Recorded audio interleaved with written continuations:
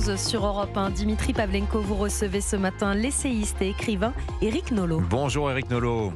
Bonjour Dimitri, bonjour à tous. Merci d'être avec nous Éric, puisque on rappelle tous les lundis, vous êtes au théâtre de Poche avec Judith Mac, vous dites Aragon, ensemble, magnifique spectacle. Quel bonheur. Donc vous êtes couché un petit peu tard, merci donc d'être avec nous ce matin.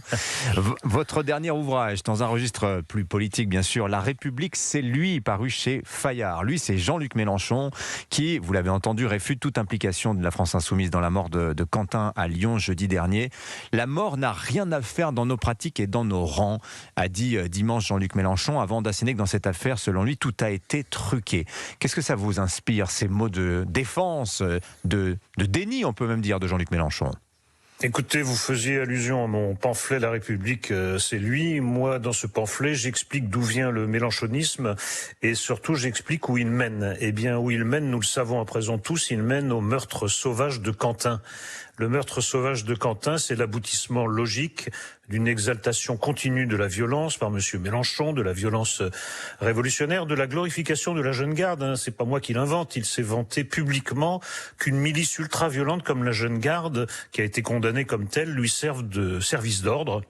Et puis, c'est la mise en vedette de Rima Hassan, qui pense que des violeurs et des tueurs sont des résistants. Je pense évidemment au pogrom du 7 octobre. Donc tout ça mène vers le pire, et le pire nous l'avons connu, et je pense que ça se répétera, car maintenant, je crois que non seulement M. Mélenchon et la France Insoumise ont quitté l'arc républicain, mais ils ont même quitté la légalité, et moi je pense que la question même de l'existence de la France Insoumise se pose, de l'interdiction de ce parti qui est allé vraiment beaucoup trop loin, et qui ajoute en plus à l'horreur de ce crime le déni. Et ça, vraiment, c'est insupportable. Mais pour la défense de Jean-Luc Mélenchon, Éric Nolot, on peut dire, c'est pas lui qui a donné l'ordre de l'agression de Quentin Derenque.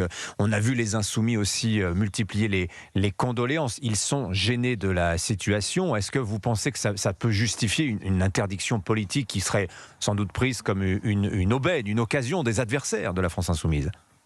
Écoutez, moi je le crois, moi je le souhaite, parce qu'évidemment ils n'ont pas donné l'ordre de tuer Quentin, il ne s'agit pas de dire ça évidemment, mais simplement quand vous pratiquez une forme de violence verbale continue, que vous traitez tous ceux qui ne sont pas d'accord avec vous de fascistes, et qu'en fait on sait comment ces gens-là traitent les fascistes, il faut les tuer, il y a quand même une forme de logique, il faut quand même assumer ses paroles.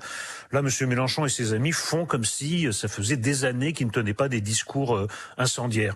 Et regardez, je sais pas moi, si vous voulez qu'un député LFI soit fiché, je parle évidemment de Raphaël Arnaud, soit fiché triple S et condamné pour violence en réunion, mais déjà c'est une aberration démocratique.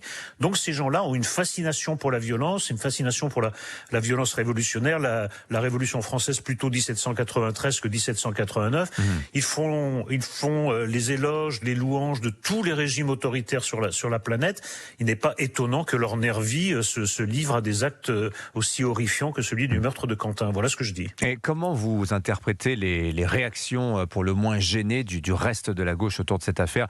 Semble-t-il, beaucoup font le dos rond en se disant il faut que ça passe, parce que évidemment il y a une gêne à l'égard de LFI à l'approche des élections. Ça va poser la question des alliances avec la France Insoumise. Vous dites qu'ils font le dos rond. Moi, j'analyse. C'est pas tout à fait l'analyse que je fais. Dans un premier temps, il y a eu la tentative de faire silence, c'est-à-dire même chez certains médias, de faire comme si cette affaire n'existait pas. Puis il y a une vidéo qui est sortie, donc il a bien fallu la prendre en compte. Ensuite, on a eu l'inversion accusatoire, c'est-à-dire que c'était Quentin le coupable. Alors on a entendu des tas de choses. Alors, il est maintenant défini par certains comme un militant néofasciste, ce qui est tout à fait faux. Donc ils ne font pas le dos rond, ils essayent des bonnes vieilles méthodes de l'ultra-gauche, c'est-à-dire de renverser l'accusation. Alors évidemment, il y en a d'autres. Enfin, il y a même un député communiste qui nous a dit que les antifas ne pratiquaient jamais aucune forme de violence. Vous voyez, alors on est chez Orwell, c'est-à-dire que l'ultra-violence, en fait, c'est l'ultra-pacifisme. Non, je crois que ils veulent dans une certaine gauche social-démocrate, ils veulent jouer sur les deux tableaux, c'est-à-dire ils veulent les voix de l'ultra-gauche et en même temps rester dans une forme de l'égalité. Mais ça ne marche pas, il faut choisir. Il faut choisir comme l'a fait Raphaël Glucksmann qui a dit « Moi, je ne veux plus aucune alliance avec LFI ». Quelqu'un qui est authentiquement de gauche ne peut pas s'associer avec LFI qui a depuis longtemps quitté non seulement la gauche, mais la République. Et vous avez entendu sa numéro 2, à Raphaël Glucksmann, Aurore Lalucq. On va l'entendre avec Laurent Tessier dans quelques instants, nous dire hier que oui, mais face au RN, elle préférera toujours voter pour une chèvre. Comprendre, même une chèvre LFI. Oui, mais bien sûr, mais la gamelle est plus forte que tout chez ces gens-là. C'est-à-dire que les nécessités électorales feront qu'ils s'allieront quand même avec Jean-Luc Mélenchon. Mais moi, j'attends tout de même que l'enquête aille jusqu'au bout et vous verrez que les conséquences pourront en être cataclysmiques pour cette gauche. Et que là, peut-être qu'il n'y aura plus moyen, même si la gamelle l'emporte surtout, de s'allier avec Jean-Luc Mélenchon et ses amis. Je le répète, ces gens-là sont alliés avec une milice ultra-violente qui s'appelle la Jeune Garde. Ils se vantent des actes de la Jeune Garde, ils se réclament d'eux. Jean-Luc Mélenchon les a traités de braves petits gars démocrates qui assurent la protection de LFI. Ce n'est pas ça. Ce sont des sauvages, des barbares et des nazillons. Est-ce que les gens qui vont voter veulent voter pour des gens qui sont alliés avec des nazillons? Voilà la question qui est posée.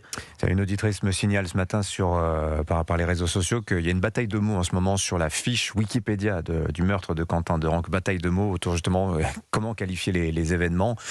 C'est très intéressant. Merci en tout cas Éric Nolot d'avoir été avec nous ce matin. Merci à vous. Je rappelle votre dernier ouvrage, La République c'est lui, chez Fayard, et au théâtre tous les lundis avec Judith Magre. Vous dites Aragon, c'est au théâtre de Poche dans un registre plus apaisé. On parle d'amour, c'est magnifique. Et on en parlera vendredi puisqu'Éric Nolot sera l'invité de Culture Média vendredi 10h 11h30 sur Europe.